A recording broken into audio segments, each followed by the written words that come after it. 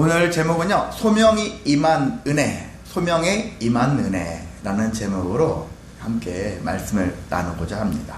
소명 아시죠? 부르심에 임한 은혜. 네, 우리가 지난 4장 1절부터 19절까지 있는 말씀 속에서 소명에 대한 이야기들을 했었었죠. 그 전부터 계속 3장부터 소명에 대한 얘기들이 계속 지나가고 있는데, 사실 하나님께서 계속 부르셨는데도 불구하고 모세는 소명에 대한 자신감이 없었어요. 긴가민가 하는, 내가 이걸 부르심에 응답해도 될까 하는 마음들이 있었다는 것이죠. 그 첫 번째 이유로는 바로 직전에 이스라엘 사람들이 먼저 나를 인정하지 않는다. 옛날 40년 전에 그 일들을 생각하면서 그 트라우마죠. 그런 마음 때문에 인정하지 않을 건데요, 하나님도 인정하지 않을 것이고 나도 인정하지 않을 건데요,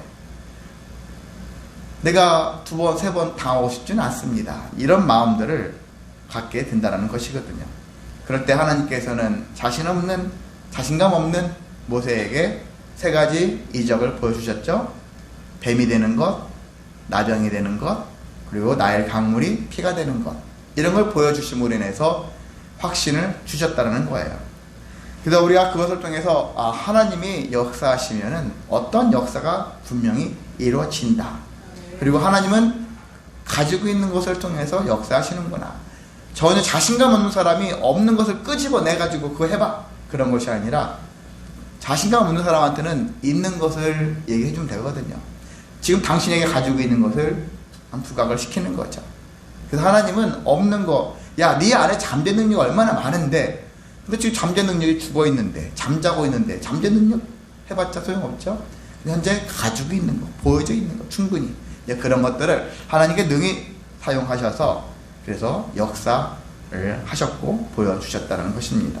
그래서 그것을 통해서 모세에게 뭘 깨닫게 합니까? 너는 순종만 하면 돼. 내 말에 순종만 하면 된다. 자, 이쯤이면은 그래, 내가 하나님이 나를 부르셨구나 하는 마음을 품고서 제가 순종하겠습니다 라고 할 법도 한데, 오늘 10절부터의 본문에 있는 말씀을 보면은 이제 모세가 더 큰 문제를 제기하는 것을 볼 수 있습니다. 무엇일까요? 전의 문제는요, 다른 사람들이 반응은 안 보일 건데요, 나를 인정하지 않을 건데요, 이런 마음이 컸어요. 외부 반응에 대한 것들에 대한 불편한 마음들이 있었던 얘기죠. 근데 10절부터 있는 말씀을 보면은 다른 사람의 문제가 아니라 이제 내적인 나 자신에 대한 문제를 언급을 합니다. 나는 어떤 상태였을까? 스스로 얘기하죠. 본래 말을 잘 못하는 사람이었다. 본래 말을 잘 못했다는 얘기는 타고나기를 그렇게 살았다는 얘기예요. 저는 그래서 제가 여기 있는 본문의 내용들이 나다, 그 생각이 들거든요. 항상 내가 모세처럼 타고나기로 말을 참 못하는 사람인데, 근데 어떻게 못하는 사람이 강단을 섰을까? 미스테리하지만 하나님이 또 그렇게 세워주시더라고요. 자, 그래서 어쨌든 이렇게 본래 말을 잘 못하는 사람, 그러면 결과론적으로요, 말 못하는 사람은 평생 말 못하며 살을까? 그렇지도 않더라고요. 또 못하는 데 안에서 은혜를 주신다라는 거예요. 타고나게 막 잘하는 사람도 있겠지만 타고나지 않을지라도 또 기가 막히게 그것들을 잘 행하는 사람들도 존재한다는 것입니다. 저도 그래서 그 목표로 삼고서 나아가려고 하는 거예요. 비록 본래 말을 잘 못하는 사람이지만 성령이 역사하셔서, 성령이 사용하셔서, 그래, 나는 간 데 없고 성령이 지시하는 대로, 이끄시는 대로 나를 더 맡길 수밖에 없다는 얘기죠. 말 잘하는 사람은요, 성령의 의지를 안 할 수 있어요. 오히려 내 말 재주를 믿어요. 그래서 제가 어릴 적에 교회를 다녔을 때 어떤 저보다 후배지만 자매가 기도를, 교회 나온 지 별로 안 된 사람인데 기도를 왜 이렇게 잘하는지, 도대체가 나는 갓난아기 때부터 교회 다녔는데 기도만 시키면은 정말 교회를 빠지고 싶을 정도로, 대표기도 하면 교회를 빠지고 싶을 정도로 그런 상태인데 걔는 진짜 몇 달도 안 됐는데 기도를 왜 이렇게 잘하는지, 제 믿음이 나보다 좋은가 했더니 그게 아니라 말을 잘하더라고요. 타고난 말쟁이더라고요. 자, 그런 게 있습니다. 그래서 우리가 말 잘한다라는 것이 곧 성령이 많이 임했고 성령이 뭐 역사에서 그 사람을 어떻게 해줘, 그런 것도 가능하겠지만 반드시 그렇지 않을 수도 있다. 그래서 그런 걸로 사람 판단하지 말라는 거예요. 성령이 말 잘하는 사람에게 또 역사할 수 있죠. 근데 말 못하는 사람에게 역사할 수 있습니다. 이제 그런 걸로 우리가 사람을 판단하지 않았으면 좋겠다라는 얘기를 한번 생각해 보자는 것입니다. 그래서 본래 말을 못했어요. 그러나 그리고 또 지금 어떻습니까? 지금 상태도 그렇다라는 얘기 스스로 하고 있어요. 옛날에도 못했지만 지금도 못한다, 그런 얘기를 해요. 지금도 못한 그 두 가지를 생각할 수 있는 거예요. 타고나기는 말 못하는 사람으로 살았지만은 그래도 내가 나름대로 이집트 왕자로서 40년 동안 살아왔잖아요. 40년 동안 훈련을 받았어요. 일반 교육이 아니라 왕궁에서 그래도 왕자로서의 교육을 받았을 거 같지 않습니까? 그러면 최소한 그래도 어느 정도 말은 할 줄은 알게 되었다는 거 아니겠습니까? 그런 상태가 되었다는 거예요. 이것을 누가 얘기할 수 있느냐면은 사도행전 7장 22절에 스데반이 설교하다가 이제 죽었잖아요. 돌에 맞아 죽었잖아요. 죽기 전에 누구를 언급했냐면은 바로 이 모세 이야기를 언급을 했어요. 그래서 모세를 어떻게 표현했냐면은 모세가 애굽 사람의 모든 지혜를 배워서 그의 말과 하는 일들이 능하더라. 말과 하는 일들이 능하더라. 말이 능했다라는 얘기예요. 타고나진 않았지만 40살쯤 됐으니까 타고나진 않았지만 말이 능했어요. 그랬는데 다시 40년 동안 양과 씨름하면서 그 전에 40년 동안 배우고 학습해서 능했던 것들을 다시 또 까먹는 거죠. 원래대로 옛날 모습으로 다시 회귀를 한다는 거예요. 여러분도 재능 있잖아요. 쌓는 것까지는 오래 걸리는데 무너지는 건 한순간이에요. 그래서 계속 신앙생활도 어느 장성한 분량이 이르기까지 성도의 삶을 살아가는 건 어려워요. 정말 오랜 시간이 필요한데 신앙 까먹는 건 한순간이에요. 그래서 신앙생활은 잠깐 해가지고 대학 다니듯이 3, 4년 열심히 하고 끝나는 게 아니에요. 평생을 해야 하는 거예요. 하나님이 주신 능력 마찬가지로, 그리고 우리가 그동안 쌓아왔던 것들 끊임없이 죽을 때까지 계속 연마하며 살아가야 하는 것이 우리의 모습입니다. 그래야지 그 능력을 계속 유지할 수 있다는 것입니다. 그래서 모세는 이렇게 타고나지 않았지만 그래서 계속 훈련을 통해서 그 일들을 감당하게 되었으나 양치기를 통해서 다시 잃어버렸어요. 그래서 자기가 입이 뻣뻣하고 혀가 둔하다. 저는 설교 전에, 예배 전에 제가 하는 일 중에 하나가 입술 터는 거. 입이 뻣뻣하니까, 혀가 둔하니까 혀와 입을 털기 위해서 남들보다 더 많이 털어야 돼요.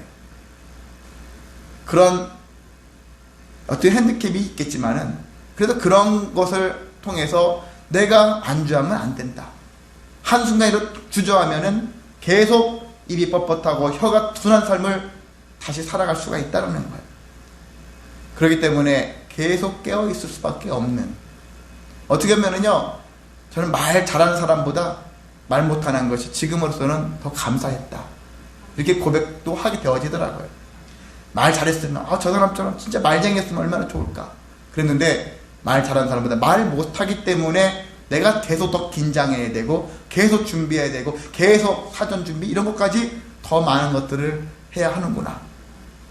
근데 그것이 때로는 주변 사람들 봤을 때는 답답해 보일지라도 본인은 결과론적으로 그런 과정들이 있기 때문에 내가 더 하나님 보시기에 거룩하게, 더 신실하게, 더 많이 준비해야 되지 않냐. 물론 제가 뭐 엄청 잘하는 것 같이 그렇게 얘기하는 것 같아서 죄송하지만은 그래도 그만큼 부족하니까, 타고나지 않았으니까 그걸 극복하기 위해서는 조금 남들보다는 좀 더 노력하고 더 많은 준비가 있어야 한다라는 것들을 생각해 봅니다.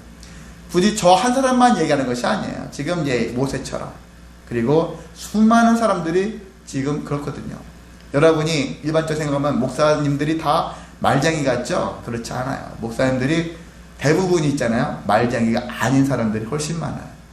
그 목사님들이 대부분 뭐 강단에 뭐 자신감 있게 쓰는 사람 많이 있을 것 같죠? 그렇지 않다. 그분들도 많이 떨면서 강단에 서면서 갈고 닦아지면서 능하게 되어 갔다라는 것, 여러분이 기억하셔서 그냥 되는 게 없다라는 거예요. 그래서 여러분도 똑같아요. 우리가 주어진 것, 지금 부족하다 할지라도 이 부족함을 우리가 충분히 노력을 통해서 또 하나님의 은혜로 인해서 감당할 수 있다라는 사실을 가지셔서 좌절하지 마시기 바랍니다. 하나님이 모세가 그렇게 얘기하니까, 자기 자신의 문제를 얘기하니까 하나님이 한마디 하시잖아요. 누가 사람의 입을 지었느냐 하면서 근본적으로 누가 말 못하는 자나 못 듣는 자나 눈 밝은 자나 맹인이 되게 하였느냐. 다 좋은 것만 아니라 좋지 않은 것조차도 하나님이 만드셨다라는 거예요. 결국 네가 말 못하는 거, 본래 말 못하는 거, 그래 내가 만들었어, 내가 그렇게 만든 거야. 그래 모세한테 원망하라고 하는 건 아니잖아요. 그렇지만 중요한 것은 거기에 있지 않아요. 왜 그러냐면은 거기에 있지 않고 그러니까 모세가 이제 하나님의 이야기에 뭐라고 하냐면은 이 하기 전에 하나님이 그 다음에 한 말이 뭐냐면 나 여호와가 아니냐 하면서 자기 자신이 그렇게 만들었다는 얘기 하면서 그 다음 말이 이제 가라. 내가 내 입과 함께 있어서 할 말을 가르칠 것이다. 제일 핵심이 이거예요. 하나님이 하고자 하시는 말씀이 내가 너 그렇게 만들었어가 아니거든요. 그 다음 말이 걱정하지 마. 그런데 네가 탁월하지는 못했지만 걱정하지 마. 내가 너와 함께 있을 것이다. 너의 입과도 함께 있을 것이다. 너의 손과 너의 발과 너의 삶에 함께 있을 것이다. 그렇게 약속의 말씀을 하셨다는 것입니다. 그럼에도 불구하고 모세는 거부하죠. 오 주여, 보낼 만한 자를 보내소서. 하나님이 그렇게까지 얘기했는데도 불구하고 아닙니다. 아닙니다. 그러자 하나님이 또 다른 제안을 하시죠. 그래? 그러면 내가 너의 불안감을 잠재울 수 있는 하나의 또 선물을 줄게. 너의 형을 보니까 네 형은 말쟁이라는 거예요. 타고난 말쟁이. 그가 말 잘하는 것을 내가 아노라. 타고난 말쟁이라는 거예요. 그래서 내가 그에게 말하고 그의 입에 할 말을 줄 것이고 내가 내 입과 그의 입에 함께 있어서 또 함께 있다. 그죠? 너희들이 행할 일을 가르치겠다. 이렇게 말씀을 하십니다. 그러면서 지팡이까지 또 주시죠. 하나님께서 할 수 있으면 모세에게 계속 모세 단독으로만 존재하면 왠지 또 불안할 수 있으니까 사람을 붙여주고 도구를 붙여주고 뭔가를 자꾸 붙여주는 거예요. 오늘 우리에게 보면은 목사에게 사람을 붙여줄 수 있고 또 재물을 붙여줄 수 있고 여러 가지 환경을 많이 붙여줘가지고 행여나 목사가 낙태하고 아니면 게으르거나 아니면 부정적인 생각에 사로잡히거나 하는 이런 것들을 다 떨쳐버릴 수 있도록 하나님께서는 계속 주시를 한다는 것입니다. 그러니까 하나님 부르실 때는 우리가 이래서 안 돼요, 저래서 안 돼요 라는 생각보다는 예 하겠습니다. 하나님이 나를 부르실 때는 다 간구를 하시고 방안이 있거든요. 계획이 있으시니까 부른 거거든요. 하나님이 한번 불러볼까? 한번 떠볼까? 그런 하나님이 아니에요. 하나님이 부르셨을 때는 내가 너를 반드시 쓸 거야. 근데 아니에요. 저 아니에요. 교회에서도 예전에 목회자들이 좀 규모 있는 교회들 보면은 막 새해가 되어지면은 이제 당신은 뭐 해라 저 싫어 못해 안 해요. 그런 데가 저도 어릴 때부터 교회 다니면서 그런 거 많이 봤고 지금에도 그런 일들이 많죠. 우리 장례 사모도 성가대 맡으라고 했는데 못해요. 기억나시죠? 예, 때는 울기까지 했어요. 못한다고. 근데 결국은 했죠. 예.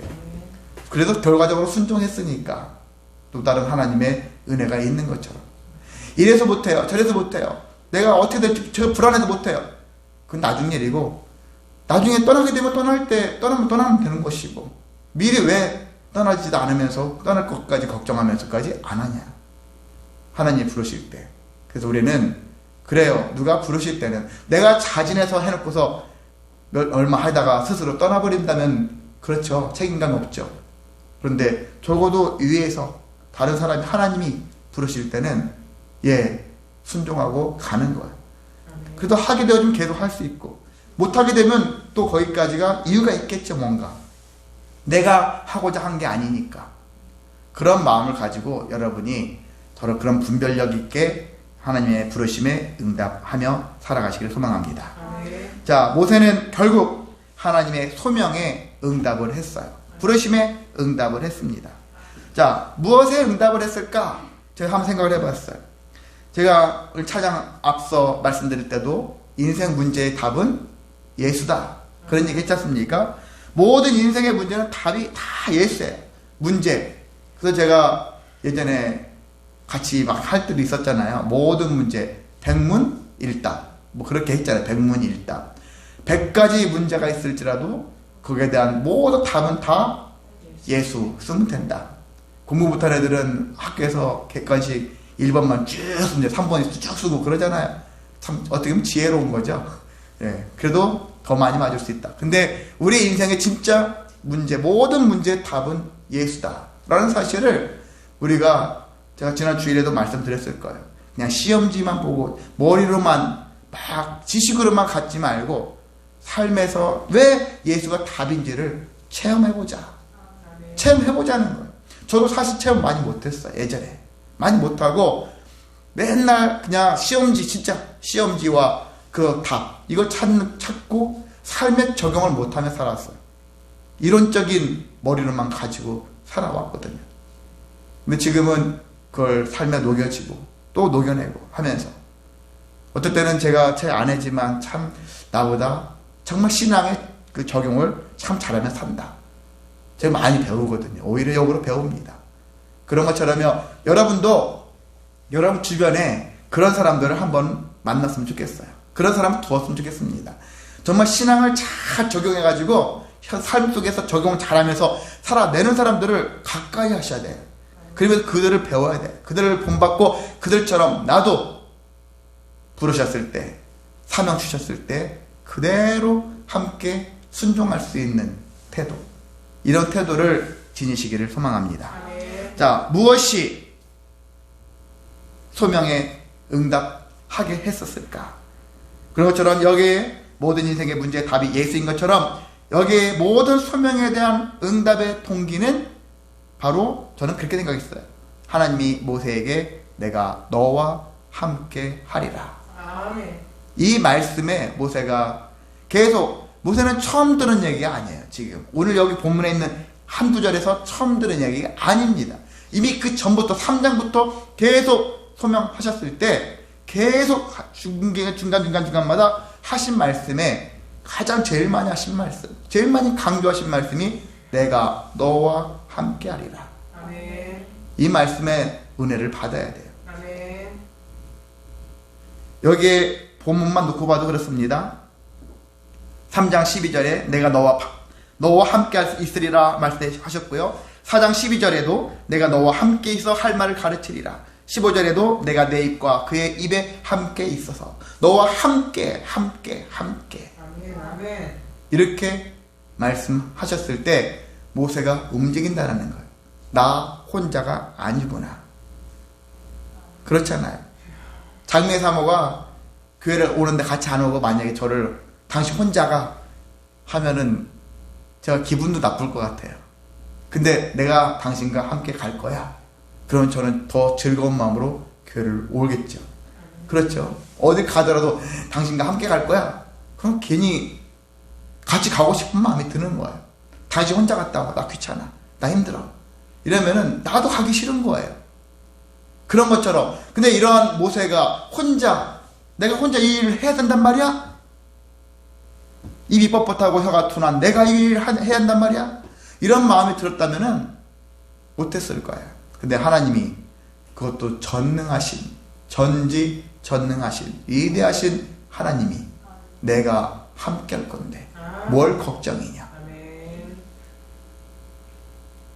그런 은혜를 우리가 모두가 체험하시기를 소망합니다. 자, 그래서 이러한 일들로 인해서 응답했고요. 소명에 응답을 했고, 하나님 말씀대로 순종하기로 작심했다는 것입니다. 그래서 오늘 제목 말씀처럼, 그러면 부르심에 응답했잖아요. 그럼 부르심에 응답한, 소명에 응답한 사람들에게는 이와 같은 은혜가 있더라. 물론 여기는 본문은 모세의 이야기가 되겠지만 우리의 삶도 거의 비슷하게 형성이 될 거라고 생각이 듭니다. 자, 모세에게 또 소명을 받은 자에게 어떤 은혜가 임할 것인가? 6가지를 말씀드릴 거예요. 모세 이야기를 통해서. 첫 번째는 모세는 내가 너와 함께 있을 것이다 라는 말씀을 듣고 어떤 것을 회복했느냐? 낮아진 자존감, 떨어진 자신감을 회복했다라는 것입니다. 소명을 받으면, 부르심을 받으면 나 같은 자를 쓰신다고? 나 아무것도 아닌데? 나 무가치한 자인데? 이런 마음을 가지고 살 수 있잖아요. 그런데 그런 나 같은 자를 쓰신다라는 거예요. 아니 내가 왜? 뭐가 있다고? 그런데 하나님께서 내가 너와 함께 하면서 너를 그렇게 세울 거야. 하나님이 하신다라는데 내 가치가, 떨어진 가치가, 낮아진 가치가 다시 세워질 수 있다는 것입니다. 그런 은혜를 체험할 수 있습니다. 여러분들 바울을 생각한다면 바울이 엄청 이력은 좋아요. 이력서에 쓰면은 진짜 바울을 막 뽑아주고 싶은 사람이에요. 이력서만 놓고 보면. 근데 바울을 면전에서 쳐다보면은 얼굴 쳐다보고 많이 뽑아낸다면 바울은 탈락이에요. 땡 탈락. 진짜 못생겼어. 안 생겼어요. 그리고 말도 못한다고 돼 있어요. 글은 힘이 있어. 글에는 능력이 있어. 근데 말에는 말주변이 없는 사람이래, 바울이. 땡 탈락. 그런데 바울이 이런 사람이 예수님 믿기 전에 어떤 걸 했습니까? 예수 믿는 자들을 잡으러 다니고 교회를 핍박하는데 열심히 특심이다 할 정도로 엄청 모두 사활을 다 여기다 걸어버렸어. 그럼 왜 했었을까? 자기의 이런 열등의식에 빠질 만한 일들 있잖아요. 이런 일을 함으로 인해가지고 사람들한테 능력을 인정받고 싶어하는 마음이 있었지 않았을까? 심리적으로 제가 그 생각이 드는 거예요.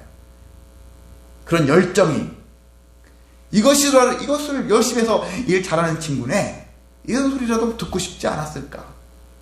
내가 내세울 수 있는 것은 일을 열심히 해가지고 성과를 많이 올리는 게 중요하지 않았을까?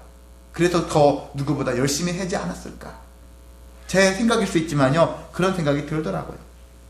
그랬는데 이 사람이 예수님을 만나고 나서 바뀌어졌죠? 그러면서 고백합니다. 나 된 것은 하나님의 은혜 때문이다. 하나님의 은혜 때문이다. 내가 이제 잘생기고 못생기고 이런 게 중요하지 않아요. 전에는 이런 것들이 신경 쓰였을지도 모르겠지만은 이제는 그런 게 중요하지 않다.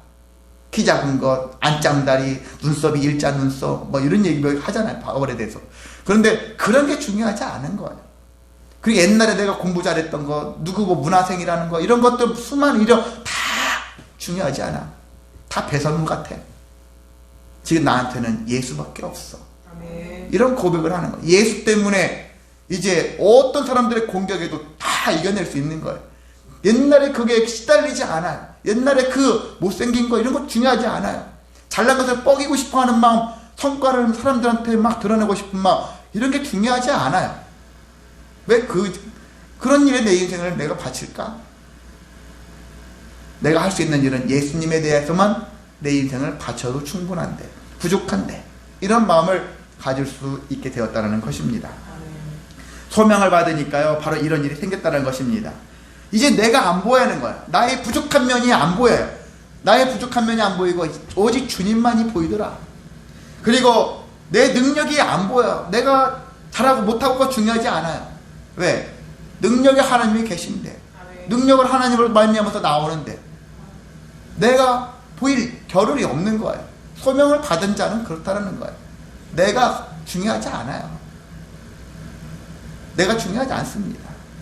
내 능력이 중요하지 않아요. 그래서 이렇게 소명을 받으면은 더 이상 두려워할 거 없고 자신감 없이 자존감이 낮은 것으로 살지 않아도 될 수 있는, 내가 억지로 높여야지, 다시 가치를 높여야지, 이렇게 안 해도 될 수 있는 삶이 될 수 있다는 것입니다. 그런 삶을 살아가시기를 소망합니다. 모세에게 또한 임한 은혜를 생각할 때 두 번째는요, 이제 장인에게 갔어요. 가서 이 사실을 얘기했어요. 하나님이 나를 부르셨어요. 그래서 내가 애굽에서 이제 애굽으로 돌아가야겠습니다. 내 동포들이 잘 살고 있는지, 제대로 살고 있는지 가봐야 되겠어요. 그냥 사위잖아요. 장인 입장에서 아니 처자식을, 아니면 이런 걸 다 팽개치고 가면 어떡해? 막을 수도 있잖아요. 근데 하나님이 부르셨다는데, 너의 신이 부르셨다는데, 그래 가야지. 쉽게 허락을 하는 거예요. 쉽게 길이 열리는, 문이 열리는 거예요. 그뿐만 아니라 뭐라고 되냐면은요, 19절에 보면은 애굽으로 하나님이 돌아가래요. 왜 돌아갈 수 있느냐? 너를 죽이려고 아주 그냥 칼을 갈고 있는 자들이 있었는데 걔네들 다 죽었어. 그 사이에 다 죽었어. 어떻게 죽었는지 몰라서 다 죽었어. 너를 죽일 만한, 너를 죽여야 되겠다고 마음을 품었던 사람들은 없어. 애굽에 가면. 그러니까 두려워하지 않아도 돼. 이미 하나님께서 문을 열어주셨어요. 길을 열어주셨어요. 이미 나의 대적, 더 이상 두려워하지 않고 담대히 나가기만 하면 될 수 있도록 하나님께서 미리 다 열어주셨다. 그런 은혜가 있었다는 것입니다. 자, 네 번째는 사명을 행할 수 있는 도구를 얻은 거예요. 아까 뭘 얻었죠? 17절에 이 지팡이. 이 지팡이가 나오잖아요. 이 지팡이가 무슨 지팡이가 됐을까요? 무슨 지팡이 됐죠? 20절에 무슨 지팡이로 바뀌었습니까? 이 지팡이를 손에 잡고 이것을 이적을 행하라 했는데, 이 지팡이가 17절에서 20절로 갔었을 때는 앞에 하나가 더 붙죠? 무슨 지팡이? 하나님의 지팡이가 되더라. 그 전에는 그냥 자기 몸을 의지하는 지팡이일 수 있고, 아니면 양들을 어떻게 다스리는 지팡이로 사용한 그냥 일반 막대기예요. 죽은 막대기. 그런데 이 막대기가 하나님께 쓰임받으니까 무슨 지팡이? 하나님의 지팡이가 되더라 라는 것입니다. 그래서 하나님께 소명을 받게 되어지면은 내 주변에 하나님의 일에 필요할 수 있는 도구들이 분명히 존재한다는 것입니다. 그것들을 하나님께서 부여해 주신다는 것이거든요. 하나님, 저 아무것도 없는데요? 아무것도 없는데 그래서 못하겠어요. 안 하니까 안 생기는 거죠. 하나님은 하는 자에게 주신다는 거예요. 하고자 하는 자에게 주시지, 없으니까 못하겠어요, 주셔야 하겠습니다 하는 자에게 하나님께서 역사를 거의 안 하시죠. 그래서 우리는 내가 먼저 하자, 순종하자, 그래 부르심에 응답하자. 그러면 하나님이 남은 역사를 이루어주시고 이렇게 도구를 허락해 주셔서 하나님의 무엇이라고 그런 도구를 우리에게 붙여주신다는 사실입니다. 그런 은혜를 체험하시길 소망합니다. 다섯 번째는요, 이제 사역을 감당하는데 모든 것들이 순차적으로 탁탁탁 되는 것 같아요. 그랬는데 뭔가 지금 모세가 한 가지를 놓쳤어요. 뭐냐면 언약의 표징이라 할 수 있는 할례. 이스라엘 사람들에게는 아브라함 이후에 남자들은 할례를 행하라.